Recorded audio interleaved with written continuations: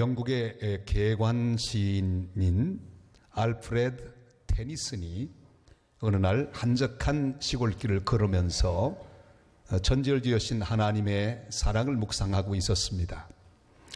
그런데 그 길에서 한 부인을 만났습니다. 너무나 행복해 보였습니다. 그래서 이렇게 질문했습니다. 부인, 오늘 아침에 무슨 좋은 소식이 있는 것이 분명하군요. 부인은 대답합니다. 좋은 소식이 있습니다. 저는 한 가지 소식밖에는 모릅니다. 그게 무엇입니까? 바로 예수 그리스도께서 십자가에 죽으시고 부활하셨다는 소식입니다. 테니슨은 그 말을 듣고 이렇게 대답합니다. 부인, 그렇습니다. 그것은 좋은 소식이지만 오래된 소식입니다. 그렇지만 또한 새로운 소식이기도 합니다. 2000년 전 십자가에 돌아가신 예수님의 그 귀한 부활 소식은 옛날 소식입니다. 이미 2000년 전 소식입니다. 그러나 오늘도 그 귀한 소식은 우리의 마음속에 기쁨을 주고 어떤 상황에 있더라도 일어날 힘을 주고 또한 용기를 주니 그것은 새 소식입니다. 이 세상에 그 어떤 소식과도 비교할 수 없는 좋은 소식, 그것이 바로 예수 그리스도 부활의 소식입니다.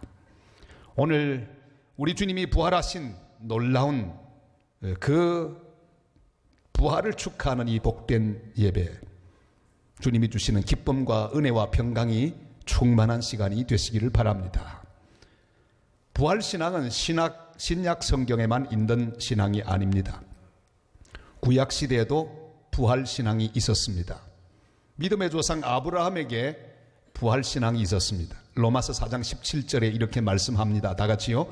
기록된 바 내가 너를 많은 민족의 조상으로 세웠다 하심과 같으니 그가 믿은 바 하나님은 죽은 자를 살리시며 없는 것을 있는 것으로 부르시는 이시니라. 아멘. 바로 이 믿음으로 아브라함은 모든 가능성이 다 사라진 백세 아들 이삭을 얻었습니다. 아내 사라의 부활을 그는 보았습니다. 아들 이삭을 그가 얻으면서 자신의 부활 체험했습니다. 죽은 것처럼 보였던 아내 사라의 태에서부터 생명의 역사가 일어나는 것을 그는 경험했습니다. 그는 놀라운 믿음으로 하나님께 영광을 돌렸습니다. 그의 믿음을 성경은 이렇게 요약합니다. 로마서 4장 18절 말씀 다 같이요. 아브라함이 바랄 수 없는 중에 바라고 믿었으니 이는 내 후손이 이 같으리라 하신 말씀대로 많은 민족의 조상이 되게 하려 하심이라. 아멘. 과거에 그를 다시 살리셨던 하나님의 역사, 그 귀한 역사, 그것을 그는 기억하고 있었습니다. 그러나 더 중요한 것은 현재 이 시점에서 하나님 그를 다시 불러주셨습니다.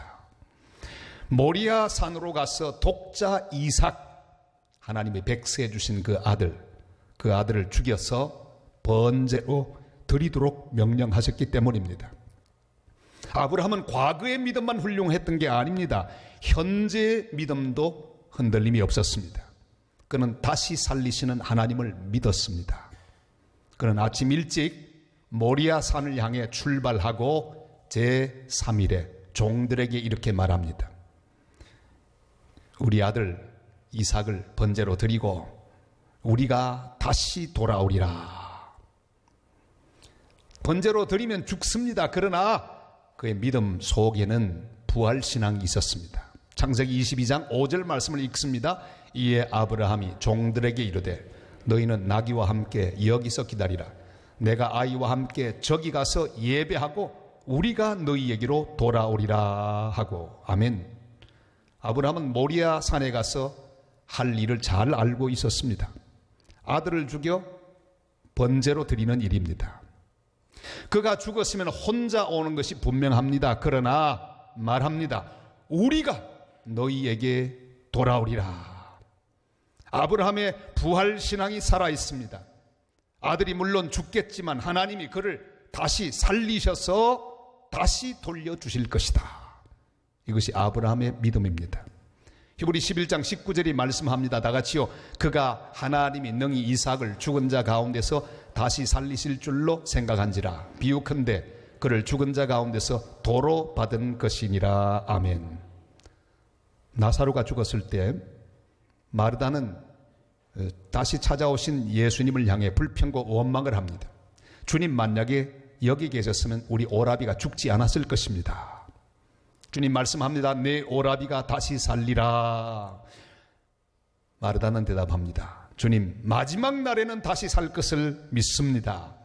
교리적인 부활 신앙을 고백합니다. 그러나 주님은 오늘의 부활에 대하여 말씀하고 계십니다. 요한복음 11장 25절 26절 말씀 다 같이요. 예수께서 이르시되 나는 부활이요 생명이니 나를 믿는 자는 죽어도 살겠고 무릇 살아서 나를 믿는 자는 영원히 죽지 아니하리니 이것을 내가 믿느냐. 아멘. 여러분, 과거적인 믿음이 중요하지만 오늘 내 믿음이 훨씬 중요합니다. 오늘 살아있는 믿음, 오늘 주님의 부활을 믿는 믿음이 중요합니다. 6.25 전쟁이 벌어지고 유엔군이 참전을 하고 북진을 하다가 그만 중공군이 참전을 하게 되는 가운데 유엔군은 파죽지세로 밀려오는 중공군을 바라보며 후퇴하지 않으면 안 됐습니다. 세계 최강 군대인 미군이 절망 중에 후퇴하고 있던 그때 한 기자가 인터뷰를 했습니다. 지금 당신에게 제일 필요한 것은 무엇입니까? 그랬더니 한 겁에 질린 병사가 대답합니다. 우리에게 필요한 것은 없습니다. 우리에게 내일을 주십시오. 그들 중에 아무도 살아서 집에 돌아가리라고 하는 그런 확신을 가진 사람은 없었습니다. 아무도 그들에게 미래를 보장해 주지 못했습니다. 우리는 이 불확실한 시대를 살고 있습니다. 우리에게 누가 보장을 할 수 있단 말입니까? 내 인생이 앞으로 어떻게 될지, 우리 자식들이 앞으로 어떻게 될지, 우리나라가 앞으로 어떻게 될지, 특히 5월 9일 날 어떻게 될지 우리 아무도 모릅니다. 아무도 보장해 줄 수 없습니다. 그러나 주님은 오늘 이 부활주일 주님의 말씀을 받아서 이렇게 고백하기를 원합니다. 우리가 너희에게로 돌아오리라. 내 인생이 어떻게 되든지 다시 살리시는 하나님의 능력 속에서 주님의 선한 뜻대로 진행될 것을 믿음으로 고백하는 하나님의 사람들이 되시기를 바랍니다. 십자가를 앞두고 두려워 떨고 있는 제자들에게 주님은 분명히 말씀하셨습니다. 마가복음 14장 27절 28절 다 같이요. 예수께서 제자들에게 이르시되 너희가 다 나를 버리리라. 이는 기록된 바 내가 목자를 치리니 양들이 흩어지리라 하였음이니라. 아멘. 그러나 내가 살아난 후에 너희보다 먼저 갈릴리로 가리라. 여러분, 제자들이 배반했습니다. 도망갔습니다. 모든 것이 끝난 것처럼 보입니다. 그러나 내가 살아난 후에 주님의 부활에 대하여 말씀해 주셨습니다.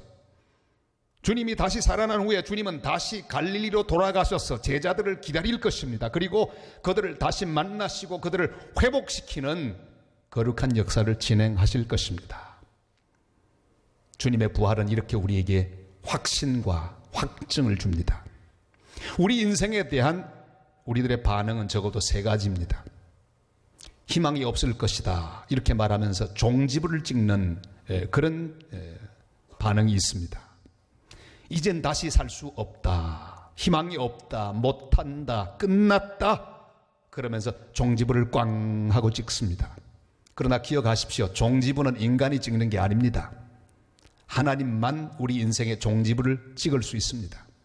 함부로 찍지 마시기를 바랍니다. 함부로 절망이라고 말하지 마시기를 바랍니다. 그 사람 희망이 없다고 말하지 마시기를 바랍니다. 우리는 하나님이 찍을 때까지 소망 가운데 주님을 바라보아야 합니다. 그동안 오랫동안 우리 니카라과 선교를 했습니다. 이게 왜 그 먼 곳까지 가서 계속 이 선교를 했던가? 돌아보면 기적과도 같습니다.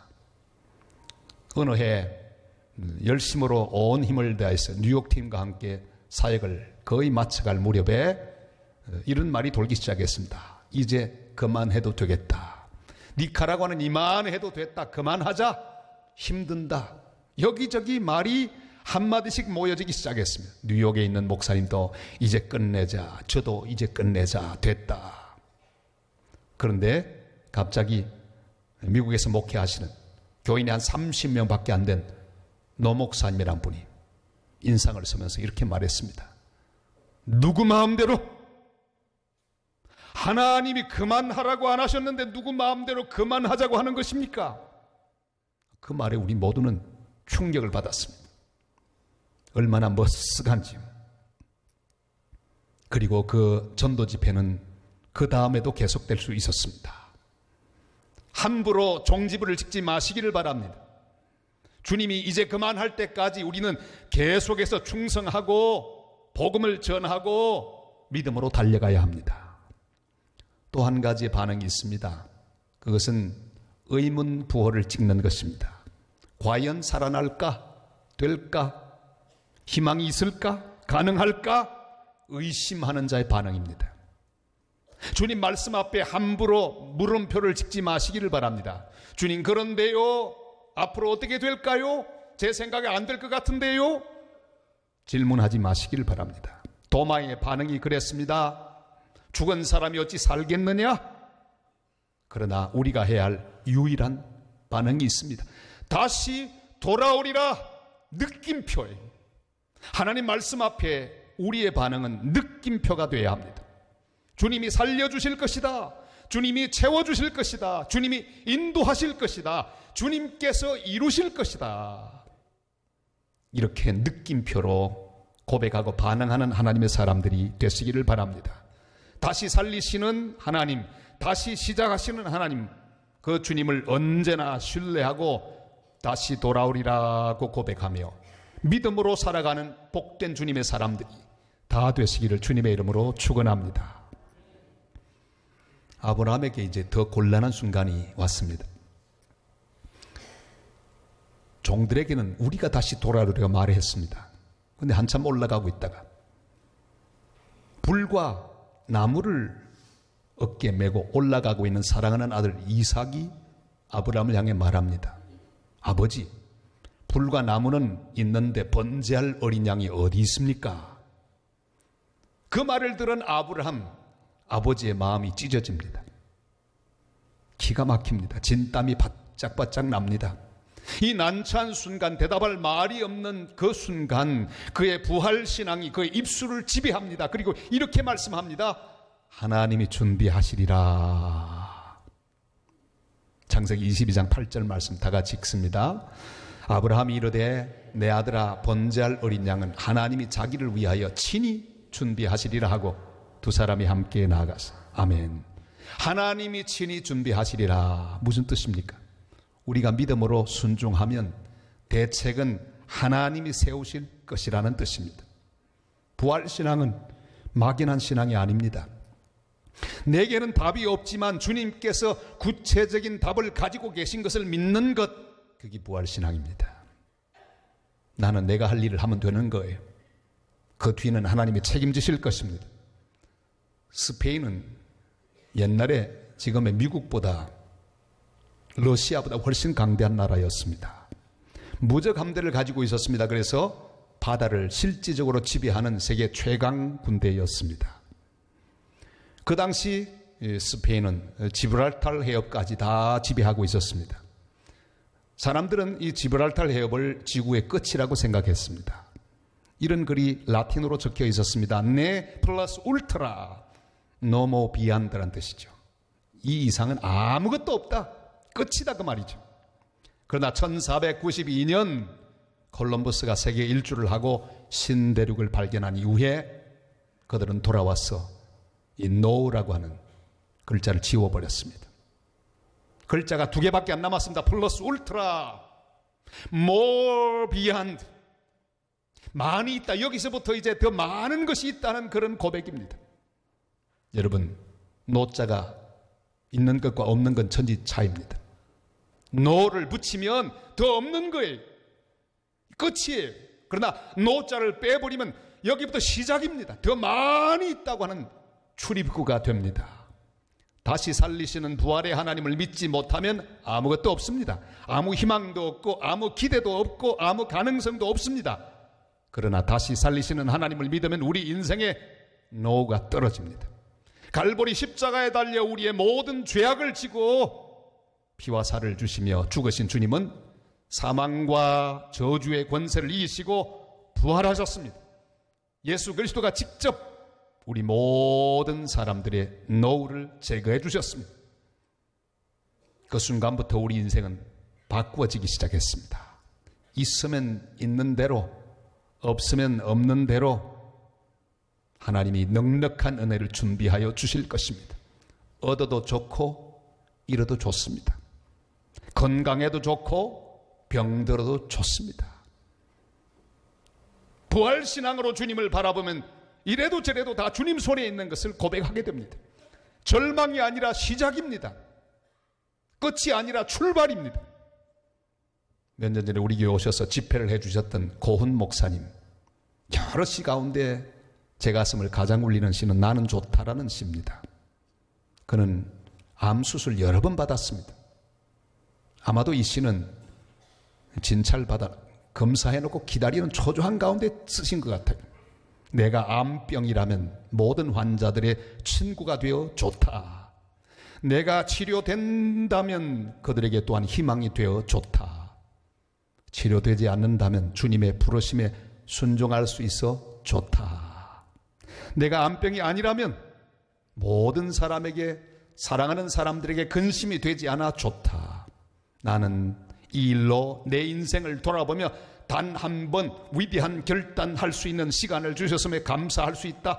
나는 언제나 이래도 저래도 좋다. 할렐루야. 이게 부활신앙을 가진 사람의 고백입니다. 욥도 고백하지요. 욥기 23장 10절 말씀 다 같이요. 그러나 내가 가는 길을 그가 아시나니 그가 나를 단련하신 후에는 내가 승금같이 되어 나오리라. 아멘. 다시 살리시는 하나님을 믿고 순종하며 모리아산으로 오르면 다시 살리시는 하나님께서 전혀 우리가 생각하지 않는 방법으로 길을 여시고 문제를 해결하시고 양을 준비하실 것입니다. 믿음으로 나아가면, 부활신앙으로 나아가면 주님은 그 뒷일을 책임져 주실 것입니다. 날마다 여호와 이레 하나님을 믿고 하나님께서 준비하시리라 고백하면서 사는 복된 믿음의 성도들이 다 되시기를 주님의 이름으로 부탁을 드립니다. 아브라함은 종들에게 우리가 다시 돌아오리라 이렇게 부활신앙을 고백했습니다. 모리아산으로 올라갔습니다. 이삭에게는 하나님께서 준비하시리라 하고 또한 믿음으로 올라갔습니다. 그러나 진짜 중요한 건 지금부터예요. 믿음은 이론이 아닙니다. 말이 아닙니다. 직접 움직여야 합니다. 드디어 모리아 제단의 정상에 올랐을 때 아브라함은 이삭을 결박합니다. 칼을 높이 들어 그를 죽여 번제로 드려야만 합니다. 그래서 결행합니다. 칼을 높이 들었습니다. 내리치려고 합니다. 그때 하나님은 급하게 그를 부르십니다. 아브라함아, 아브라함아, 손대지 마라. 이제야 네가 나를 정말로 경외하는 줄 아노라. 그렇게 대답하십니다. 창세기 22장 12절 말씀 다 같이요. 사자가 이르시되 그 아이에게 내 손을 대지 말라. 거기 아무 일도 하지 말라. 네가 네 아들 네 독자까지도 내게 아끼지 아니하였으니 내가 이제야 네가 하나님을 경외하는 줄 아노라. 아멘. 다시 살리시는 하나님을 믿는 사람은 믿음으로 순종해야 합니다. 가장 귀한 것이지만 버려야 합니다. 하고 싶은 것이지만 포기해야 합니다. 다시 살리시는 하나님 믿는 사람은 버릴 수 있습니다. 끊어버릴 수 있습니다. 이것은 세상의 계산과는 다릅니다. 세상의 계산은 내가 가지고 있는 것 버리면 얻을 수가 없습니다. 잘라버리면 잃어버립니다. 포기하면 기회를 놓치게 됩니다. 그러나 다시 살리시는 하나님은 나의 포기를 통하여 다시 주실 것입니다. 나의 비움을 통해 다시 얻게 하실 것입니다. 나의 헌신을 통해 주님의 역사를 이루어 주실 것입니다. 이번 수요일에는 93호, 94호 우리 선교사들 파송하게 됩니다. 아주 옛날 100년 전에도 그런 일이 계속 되었습니다. 여러 선교사님들 가운데 편도 선교사라고 하는 그런 이름으로 불리는 선교사들이 있습니다. One Way Missionary라고 하죠.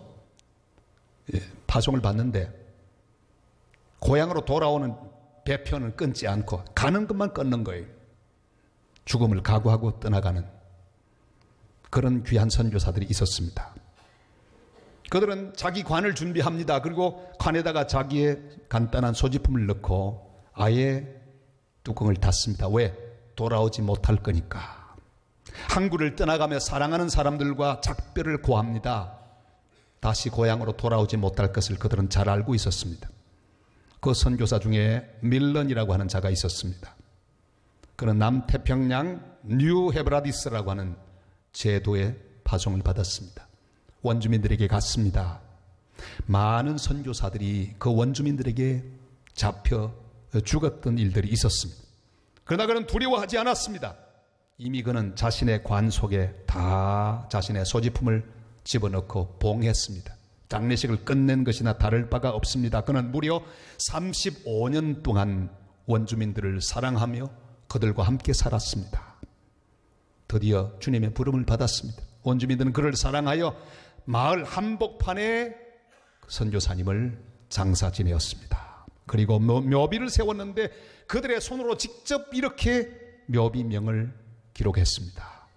그가 왔을 때 이 마을에는 빛이 없었다.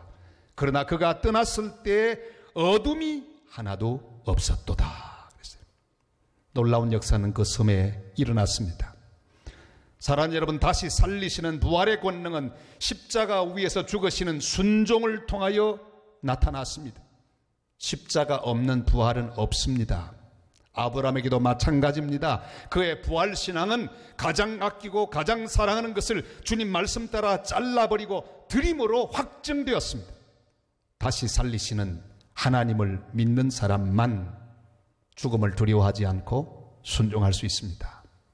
이삭을 버렸더니 하나님은 다시 돌려주셨습니다. 이삭을 포기했더니 하나님이 다시 살려주셨습니다. 포기하면 얻습니다. 지면 이깁니다. 낮아지면 높아집니다. 끊으면 이어집니다. 이것이 다시 살리시는 하나님의 역사입니다. 사랑하는 성도 여러분, 다시 살리시는 하나님을 믿으면 못할 것이 없습니다. 주님은 생명의 능력이시고 부활의 능력이시기 때문입니다. 아브라함이 가졌던 부활신앙으로 모든 것을 이기며 사는 성도들이 되시기를 바랍니다. 우리 인생은 암담하지 않습니다. 절망적이지 않습니다. 다시 이삭과 함께 손을 잡고 돌아올 것입니다. 눈물로 지금은 씨를 뿌리지만 기쁨으로 단을 거두고 돌아오게 될 것입니다. 주님이 하라고 하는 것을 지금 하시기를 바랍니다. 버릴 것을 버릴 수 있기를 바랍니다. 끊을 것을 끊어버릴 수 있기를 바랍니다. 하나님보다 더 사랑하는 것을 오늘 같이 끊을 수 있기를 바랍니다. 그러면 하나님께서 더 좋은 것으로 우리 인생을 채워주실 것입니다. 우리의 믿음과 순종이 하나님께 인정받아야 합니다. 주님께서 네가 나를 사랑하는 줄 이제야 내가 아노라, 이렇게 인정하시는, 인정을 받는 하나님의 사람들이 되시기를 바랍니다. 어떤 경우에도 부활신앙으로 일어나셔야 합니다. 다시 살리시는 하나님을 영광스럽게 하기 위하여 다시 일어나 우리 하나님을 찬송하고 하나님께 영광을 돌리는 복된 성도들이 되시기를 바랍니다. 귀한 바울의 고백이 우리의 고백이 될 수 있기를 바랍니다. 믿음이 없어 하나님의 약속을 의심하지 않고 믿음으로 견고하여져서 하나님께 영광을 돌리며 약속하신 그것을 또한 능히 이루실 줄을 확신하였으니 그러므로 그것이 그에게 의로 여겨졌느니라. 부활신앙으로 충만했던 아브라함의 믿음으로 오늘의 모든 어려움과 오늘의 모든 슬픔을 이기고 하나님 약속을 의심하지 말고 믿음으로 견고해서 부활신앙으로 날마다 승리하며 하나님 앞에 영광을 돌리는 복된 주님의 백성들이 다 되시기를 주님의 이름으로 축원합니다.